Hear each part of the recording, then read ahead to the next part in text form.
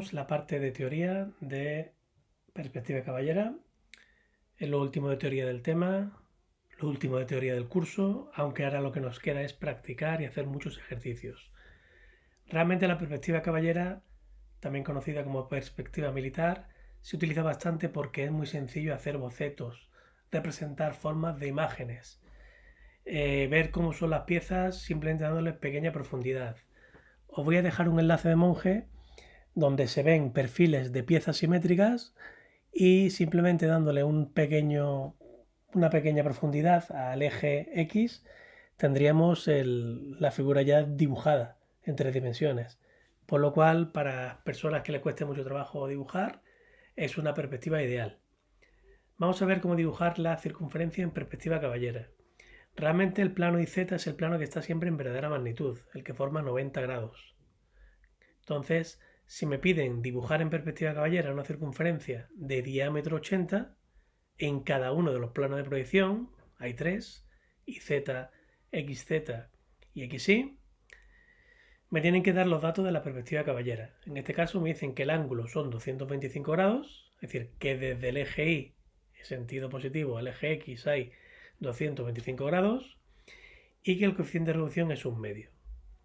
Entonces siempre que tengamos que representar la circunferencia la vamos a representar primero en este plano, o en un plano paralelo a YZ que no está afectado por coeficiente de reducción, con lo cual se va a ver en verdadera magnitud. Entonces, y en verdadera forma también. Entonces dibujo un cuadrado de lado 80, 40, 40 para saber el radio, dibujo las diagonales para saber dónde está el centro, dibujo la circunferencia de diámetro 80 o radio 40 y realmente aquí aparecen los 8 puntos que me hacen falta de la circunferencia. Acordaros los 4 de los ejes y los 4 que son los que se cortan con las diagonales. Todo lo que esté afectado por el eje X va a estar según un coeficiente de reducción que me hayan dado. En este caso, 1/2, con lo cual es 50%. Tengo que coger y en vez de poner 40 y 40 para hacer el diámetro 80, pues tendré que colocar en este caso 20 y 20. Tened en cuenta que la magnitud de este eje no está afectada por el coeficiente de reducción, solo las medidas que sean paralelas al eje X. Esto de aquí, este rombo, es el cuadrado en en perspectiva caballera, es decir, afectado por el coeficiente de reducción. Este es el cuadrado en perspectiva. Esto está en verdadera magnitud y esto está afectado por el coeficiente de reducción que me hayan dado.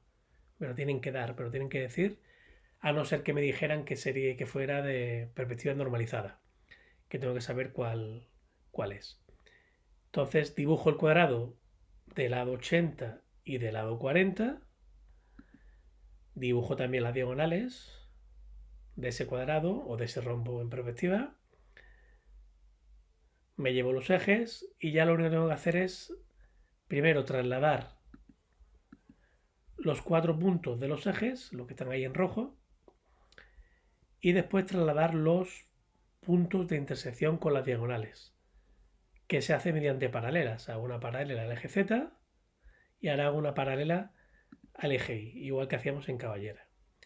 En el otro lado igual y tendríamos nuestra elipse que dibujamos a mano alzada.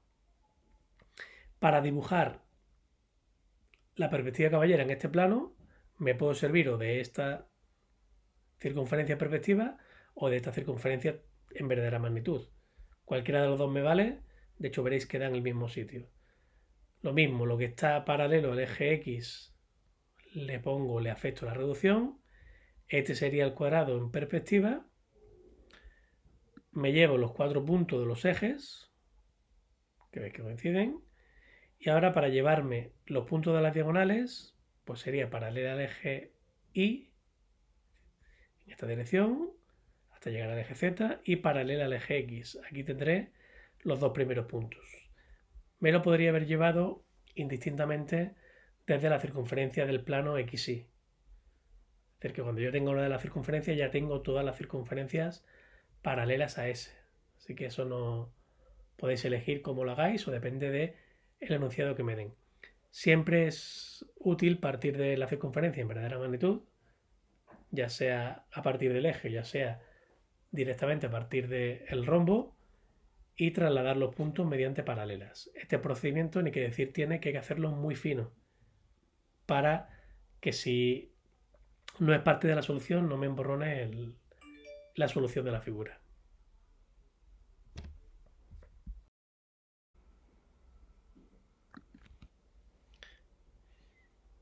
A continuación os dejo cómo, a partir de unas vistas que son de perfil, son de alzado, depende de la orientación, de una figura, de un cubo, de un prisma, de una escalera, de una pieza un poco más rara y de una mesilla. Son figuras simétricas, es decir, que realmente pues un cubo es simétrico, y sabemos que los alzados, plantas o perfiles están siempre en verdadera magnitud. ¿Vale? Bueno, están en verdadera magnitud siempre que no estén a escala, pero la forma es la misma. Si yo tuviera que dibujar la perspectiva caballera con esta vista de esa figura, pues lo único que tendré que hacer es darle profundidad. Si es un cubo, este lado de aquí está afectado por el coeficiente de reducción. Pero veis de qué manera tan sencilla se le da volumen a una figura. Para el prisma lo mismo. Tenéis que tener en cuenta que lo que está en el eje X está afectado por el coeficiente de reducción, con lo cual en la práctica sería bastante más ancho. Pero la vista que me están dando en este caso están en verdadera magnitud. Entonces depende del coeficiente de reducción, quedará de una manera u otra. Hay veces que el coeficiente de reducción puede ser muy extremo, puede darnos una visión rara de la figura, por eso hay que intentar elegirlo de una forma correcta. Ahí tenemos la siguiente, repetiríamos la vista que me dan a una distancia reducida de esta magnitud, y después con la línea, haciendo líneas discontinuas, llevándolo de uno a otro, pues tendríamos la figura.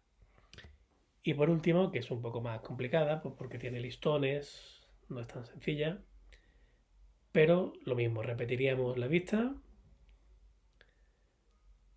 a una profundidad reducida. Me tienen que dar cuál es la dimensión y cuál es el coeficiente de reducción, así como el ángulo, ya sabéis. Y una vez que me dan, que repito esa vista, pues 1, lo que antes era continuo, ahora después era discontinuo, y me quedaría la figura en 3 dimensiones, con lo cual pues veis que se le pueden aplicar incluso sombras y es queda bastante bien presentado y bien expresada la idea de cómo es la figura. De hecho, en los retos que estoy poniendo incluso podéis aplicar la perspectiva caballera en vez de la isométrica.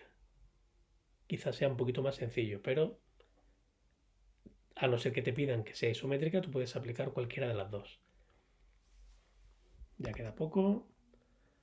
¿Vale? Repetimos esa figura y nos quedaría pues de esta forma ya la figura en 3 dimensiones.